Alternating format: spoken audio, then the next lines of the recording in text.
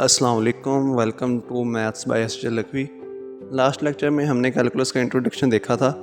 आज हम course start करेंगे कैलकुलस 1, जिसके लिए हम थॉमस कैलकुलस का 11th एडिशन को फॉलो करेंगे। तो थॉमस कैलकुलस में हमारे पास सबसे पहला टॉपिक आ जाता है real numbers and real lines, intervals and absolute value वगैरह। तो रियल नंबर हमारे पास क्या होता है?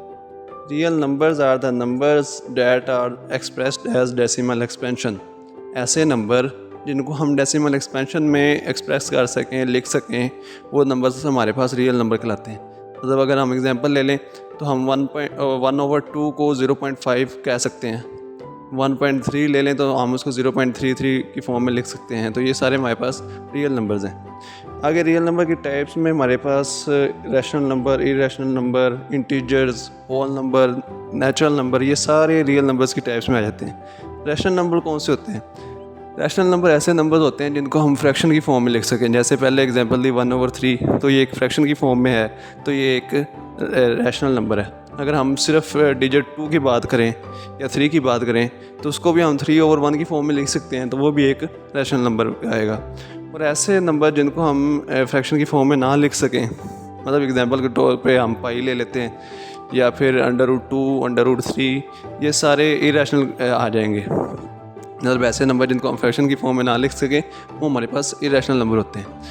और अब रियल लाइन क्या होता है? अगर ये रियल नंबर्स को हम एक लाइन में ड्रॉ कर दें या लाइन में शो कर दें, तो जो हमारे पास लाइन बनेगी उसको हम रियल लाइन कहेंगे। ठीक है। नेक्स्ट टॉपिक हमारे पास आ जाता है इंटरवल्स। इंटरवल्स क्या होता है? Intervals is a subset of real line that consists of all real number between a given pair of numbers।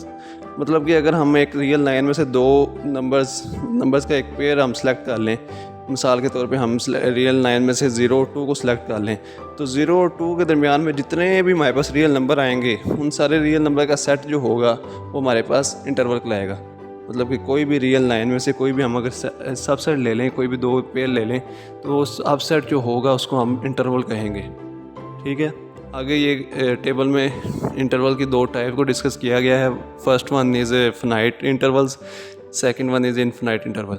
Finite interval क्या होता है? ऐसे इंटरवल जिसका एंड पॉइंट हमें मालूम हो। मतलब कि पहले जैसे हमने एग्जांपल ली 0 और 2 की, तो इसके दोनों एंड पॉइंट हमें पता है, एक एंड पॉइंट 0 है, दूसरा एंड पॉइंट 2 है। तो ये जो हमारे पास इंटरवल बनेगा ये फिनाइट इंटरवल होगा। और इनफिनाइट इंटरवल ऐसा इंटरवल जिसका हमें कोई एक एंड पॉइंट भी मालूम ना हो, मतलब कि वो इन्फिनिटी की तरफ जा रहा हो, तो वो हमारे पास इनफिनाइट इंटरवल होगा। ठीक है। तो फिनाइट इंटरवल में आगे 3 और टाइप्स आ जाती हैं। एक को हम कहते हैं ओपन इंटरवल, एक half close interval and last one is close interval. Open interval वो इंटरवल होता है जिसमें जो एंड पॉइंट हैं वो दोनों इंटरवल के में इंक्लूड ना हो। मतलब अगर हम कहें कि इंटरवल है 0 से लेकर 2 तक, लेकिन 0 और 2 उसमें इंक्लूड नहीं है, तो वो हमारे पास जो इंटरवल बनेगा उसको हम कहेंगे ओपन इंटरवल। और ऐसा इंटरवल जिसमें एक एंड पॉइंट इंक्लूड हो, सेकंड इंक्लूड ना हो, तो वो इंटरवल हमारे पास होगा हाफ क्लोज इंटरवल। मतलब कि वही एग्जांपल ले लें, हम कह दें कि 0 इंक्लूड है लेकिन 2 इंक्लूड नहीं है, तो वो जो हमारे पास इंटरवल बनेगा वो होगा हाफ क्लोज इंटरवल। और जिसमें दोनों एंड पॉइंट इंक्लूड हों, तो वो हमारे पास बनेगा क्लोज्ड इंटरवल। ऐसे ही इनफिनाइट में भी ओपन इंटरवल और हाफ क्लोज्ड इंटरवल होता है। Next topic is absolute value. Absolute value क्या होता है? Absolute value means how far a number from 0 in real line. मतलब कि कोई भी नंबर, किसी भी नंबर की अगर हमने एब्सोल्यूट वैल्यू फाइंड करनी है, तो उसका मतलब ये होगा कि वो नंबर रियल लाइन में 0 से कितने फासले पर मौजूद है, उसका 0 से डिस्टेंस कितना है, तो उसको हम कहेंगे वो उसकी एब्सोल्यूट वैल्यू है। जैसे हम यहाँ पे एग्जांपल ले लेते हैं 5 की, तो 5 हमारा अगर हम देखें तो 5 0 से कितने फासले में मौजूद है?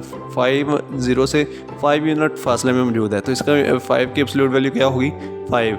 अगर हम बात करें -5 की, तो -5 की एब्सोल्यूट वैल्यू क्या होगी?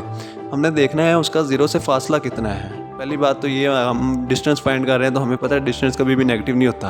मतलब कि अगर हमारे पास नेगेटिव नंबर भी आ रहा है तो उसका भी जो हमारे पास एब्सोल्यूट वैल्यू आएगी वो पॉजिटिव ही होगी। अब -5 को अगर हम देखें 0 से, तो उसका भी 0 से फासला तो 5 यूनिट ही दूर है ना, तो इसका मतलब -5 की भी एब्सोल्यूट वैल्यू क्या होगी?